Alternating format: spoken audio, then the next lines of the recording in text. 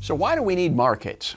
Basically because we would all starve to death without markets. And it's not we who would starve to death. There wouldn't be 8 billion people on Earth without markets. There would be far, far fewer people because most people would never have been born. Why is it that markets work? Well, one answer is because we are a species who can accomplish more by working together than we can individually. And we can recognize that. If we couldn't recognize it, then we wouldn't engage in market cooperation. But we do recognize that there are so many things that one person couldn't do. Robinson Crusoe on a desert island can accomplish only so much. He maybe has time to weave a net in between actually catching fish and picking nuts and berries to survive. When you get one more person and then more people, you get to cooperate to achieve a great deal more, and we understand that. And therefore, we need social institutions that make that possible. What makes possible markets is private property, understanding that this is mine and that is yours, and we can trade it, we can combine it, we can give it away, whatever, but we start out understanding that this is mine, that's yours, that's hers, everything has an owner, and then we can work with it. Otherwise, we would all be enemies. We would be constantly trying to get the wood in order to build a house, the water in order to survive, the land in order to grow food. If it didn't belong to anybody, we would all be trying to grab it, and we would be enemies of each other. So we understand that we want to cooperate. Markets under these certain few limited rules make that possible.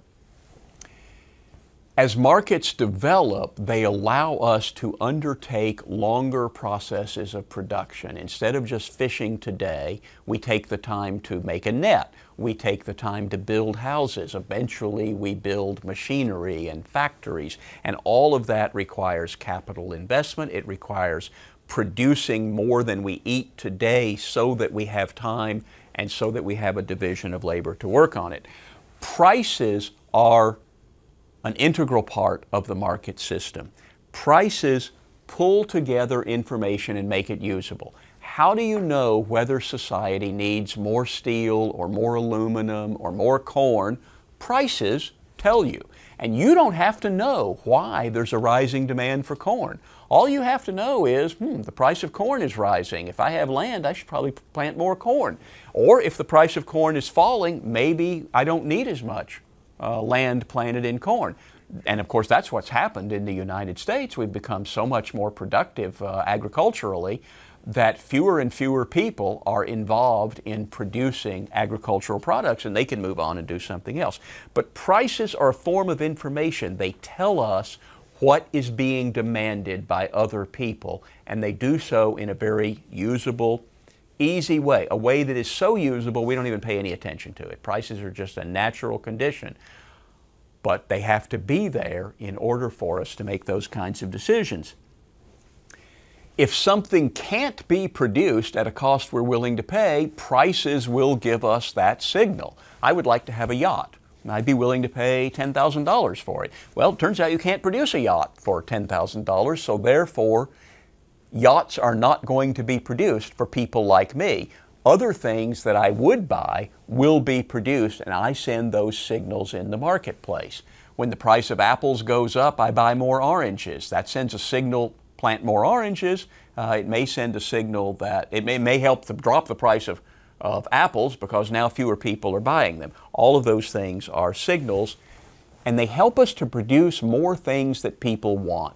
When socialist societies, like notoriously the Soviet Union, tried to eliminate prices, because they said that's a capitalist tool, what happens? It means they have no idea what people want. They say, let's produce more refrigerators. Well, the first problem with producing refrigerators is you have to produce some steel, and you have to produce some vacuum tubes, and you have to produce glass, and all these other things. But how do we know the glass should be used in refrigerators instead of automobiles and windows? Prices tell you that, and in the absence of prices, you're just guessing. You're saying, well, we should produce 100,000 refrigerators. Why? You have no idea. That's why socialists, some intelligent socialists once said, when we take over the whole world for communism, we will keep New Zealand as a capitalist society. Somebody said, why would you let New Zealand stay capitalist? So we'll know how much stuff costs. Because the way the Soviet Union knew whether you should produce more cars or more refrigerators was they looked over in the capitalist world and they could see the relative costs and say, oh, I guess cars are like 10 times more important, more costly. The cars require 10 times more resources. New Zealand would be able to give them those signals. Prices indicate what people are willing to pay on the margin. All of our economic decisions are made on the margin. Do I want this steak? Do I want one more book? Do I need a 3-bedroom house? Do I need power steering in my car? Well, how much does it cost? That's what you ask. When the automobile dealer says, do you want power steering? Oh, how much extra does that? Oh, $500. No, I don't need it for that. Well, what if I give it to you for $250? Okay, I'll do that. That is sending a signal, and it's telling them how much power steering to produce. This is how much people want it. That's what we mean by on the margin, the decisions people make. I have to buy enough food every day to eat. On the margin, how much am I willing to pay for better food or for more food or for healthier food? Prices are sending us that signal. Some people say markets make people greedy. I don't think markets make people greedy. I don't think markets induce self-interest. Markets recognize the reality of self-interest and create incentives to cooperate and serve others. We're all self-interested. We want to make a better life for ourselves and our families. One way to do that is to hit other people and take what they have. Another way to do it is to figure out what other people want and offer it to them in exchange for something they have that you want. And healthy societies figure out that the latter is better. I saw a cartoon once, just a newspaper cartoon, but it shows one guy saying to another, presumably a long time ago, you have something I want. I'm either going to take it or buy it. And the title of the cartoon was History. And that's kind of right. That is the story of history. People started out saying, let's get a gang together, the Vikings or Genghis Khan or whatever, and let's go take other people's stuff. And then at some point they found out, first, that if you settled down in one place and you just told people we're going to take 25% of your stuff every year, that's actually more efficient, and even the people who are being exploited prefer it to random raids by the Vikings. But second, they figured out, you know, we'll actually end up with more stuff for less trouble if we just start trading, buying and selling. And that is the story of civilization. That's how we get richer. But the point is, everybody's self-interested. It is not markets making us greedy. It's markets allowing us to satisfy our self-interest without raping and killing and pillaging. Important topics in understanding free markets include division of labor. What is the division of labor? As a market gets bigger, it allows us to specialize. It allows us to divide our work. We're on a desert island, I'm fishing, you're collecting nuts and berries, and we trade. And presumably by specializing, I could do the nuts and berries and the fishing, but because I fish, I develop better techniques for fishing, you develop better techniques for finding nuts and berries, and therefore we have a higher total product, and we trade, we're both better off. The more people there are, the more we can specialize. And the more, you know, Adam Smith talked about the pin factory. Can you believe there's 18 different functions involved in creating a pin? But because one person does each one of those things, he gets better and better at it. So rather than one person being able to produce 10 pins a day, a group of people can produce many more than 10 pins per person because they're specializing and they're dividing up the labor. And again, markets encourage that. They encourage people to find ways to collaborate better. Non-market institutions just can't do that. They can order people, you fish, you go look for nuts and berries. They don't have much incentive for people gravitating to the thing they're actually good at or they enjoy, or hopefully they both enjoy and are good at or can develop skill at. One of the important things in the market is the role of entrepreneurs. We think of entrepreneurs just as businessmen. But what entrepreneur really means is somebody who sees opportunities, somebody who sees something missing. It may be, hey, there's no pizza in this neighborhood. Maybe I should open a pizza place.